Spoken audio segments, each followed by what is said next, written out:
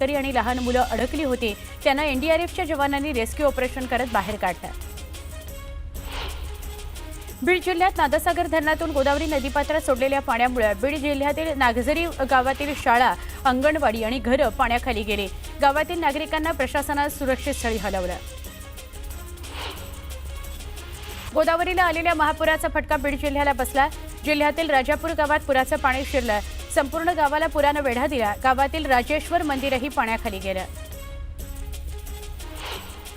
बुलढाणा जिल्ह्याच्या सिंदखेड राजा तालुक्यात 2 वेळा झालेल्या ढगफुटी सदृश्य पावसानं आता पुन्हा या भागात अतिवृष्टी सुरू झालेली आहे। यामुळे शेतकऱ्याचं कापूस, सोयाबीन आणि इतर सगळी पिकं उद्ध्वस्त झाली।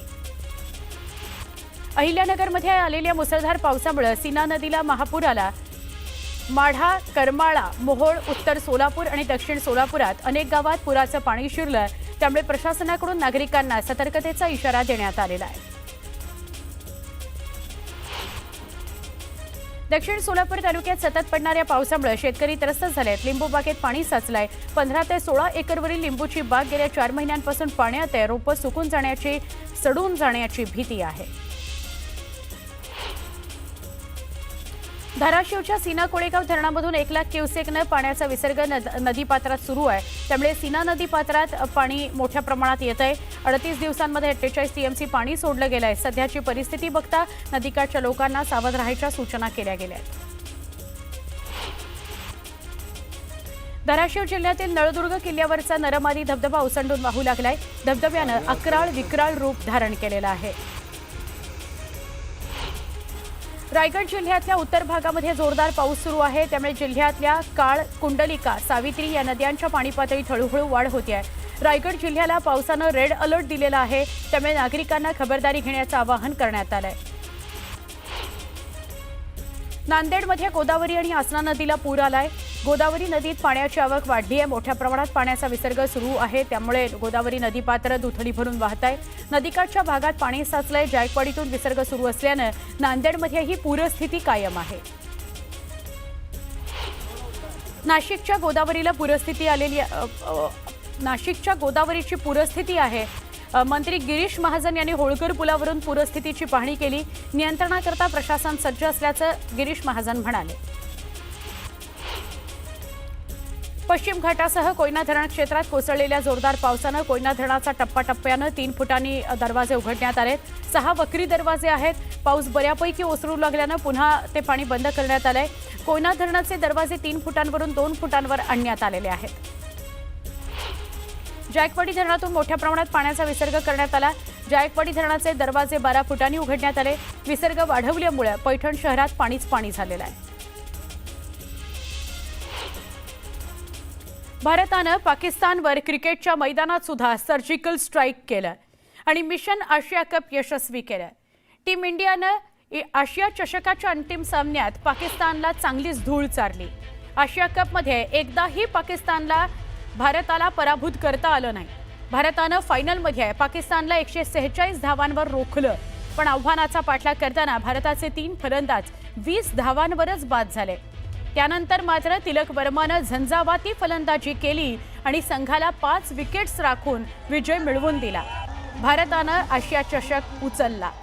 टीम इंडियाच्या विजयानंतर भारतात ठिकठिकाणी मोठा जल्लोष बघायला मिळाला।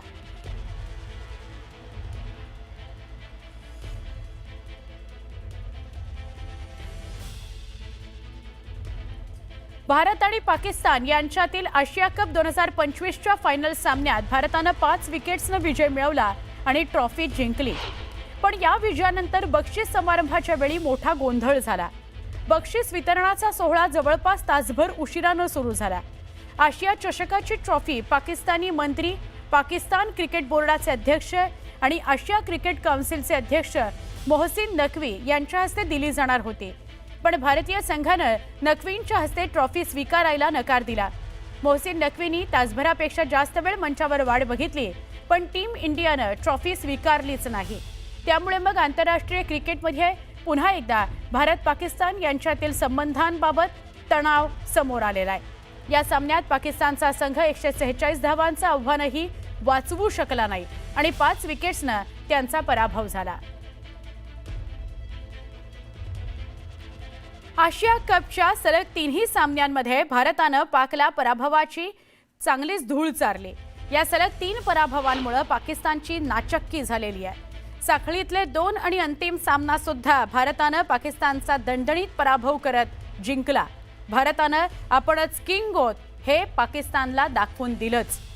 गोलंदाजी फलंदाजी या सगळ्याच क्षेत्रात भारतीय संघ पाकिस्तानवर भारी पडला।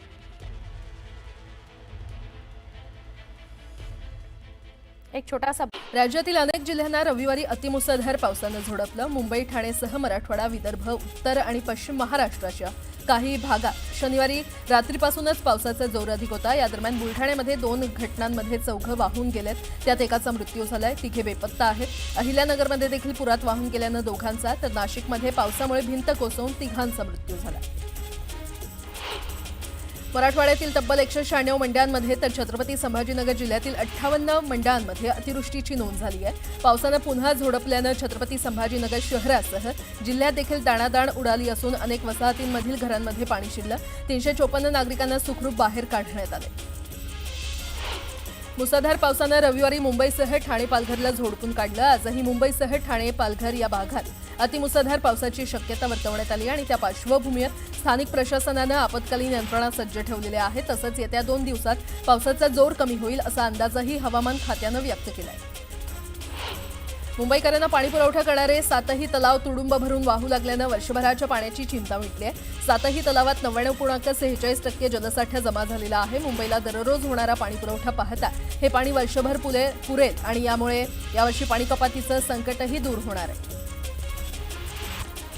नाशिकच्या गोदावरीला पूरस्थिती निर्माण झालेली आहे। मंत्री गिरीश महाजन यांनी होळकर पुलावरून पूरस्थितीची पाहणी केली। नियंत्रणासाठी प्रशासन सज्ज असल्याचं महाजन यांनी सांगितलं। पश्चिम घाटासह कोयना धरण क्षेत्रामध्ये कोसळलेल्या जोरदार पावसानं कोयना धरणाचे टप्प्याटप्प्यानं 3 फुटांनी उघडण्यात आलेले 6 वक्र दरवाजे आता पाऊस बऱ्यापैकी ओसरू लागल्यानं पुन्हा बंद करण्यात येत आहेत। कोयना धरणाचे दरवाजे 3 फुटांवरून 2 फुटांवर आणण्यात आलेले आहेत। जायकवाडी धरणातून मोठ्या प्रमाणात विसर्ग सुरू करण्यात आला असून जायकवाडी धरणाचे दरवाजे 12 फुटांनं उघडण्यात आलेले आहेत। विसर्ग वाढवल्यामुळे पैठण शहरात पाणी शिरलंय। जालना जिल्ह्यातील गोदाकाठच्या 38 गावांमधून 10,000 नागरिकांचं स्थलांतर करण्यात आलं। जायकवाडी धरण 100% भरल्यानं धरणातून 3 लाख क्युसेकपेक्षा जास्त पाणी सोडण्यात आलेलं आहे आणि त्यामुळे गोदावरी नदीला पूर आला असून गोदाकाठच्या नागरिकांना सतर्कतेचं आवाहन करण्यात आलेलं आहे। जळगावच्या एरंडोल तालुक्यातही मुसळधार पाऊस सुरू आहे। मुसळधार पावसामुळे गाव परिसरात पूरसदृश परिस्थिती निर्माण झाली आहे। गिरणा नदीच्या उपनद्यांना महापूर आल्यानं नदीपात्र ओसंडून पाणी गावात शिरलंय। जायकवाडी धरणातून पाण्याचा विसर्ग वाढवण्यात आलाय आणि त्यामुळे नांदेडमध्ये खबरदारीचा उपाय म्हणून लाऊडस्पीकरवर दवंडी देत नदीकाठच्या नागरिकांना सतर्क करण्यात आलं। मनपानं पूरग्रस्तांसाठी तात्पुरते निवारा केंद्र सुरू केलेत। या केंद्रात नागरिकांनी आश्रय घ्यावा असं आवाहन करण्यात आलं। राज्य सरकारनं आपत्ती निवारणाची काही महत्त्वपूर्ण कामं तातडीनं हाती घ्यावीत। नैसर्गिक आपत्ती बाधितांसाठी पुनरुज्जीवन आराखडा तयार करावा अशी महत्त्वपूर्ण सूचना राष्ट्रवादी काँग्रेसचे अध्यक्ष शरद पवार यांनी राज्य सरकारला केली।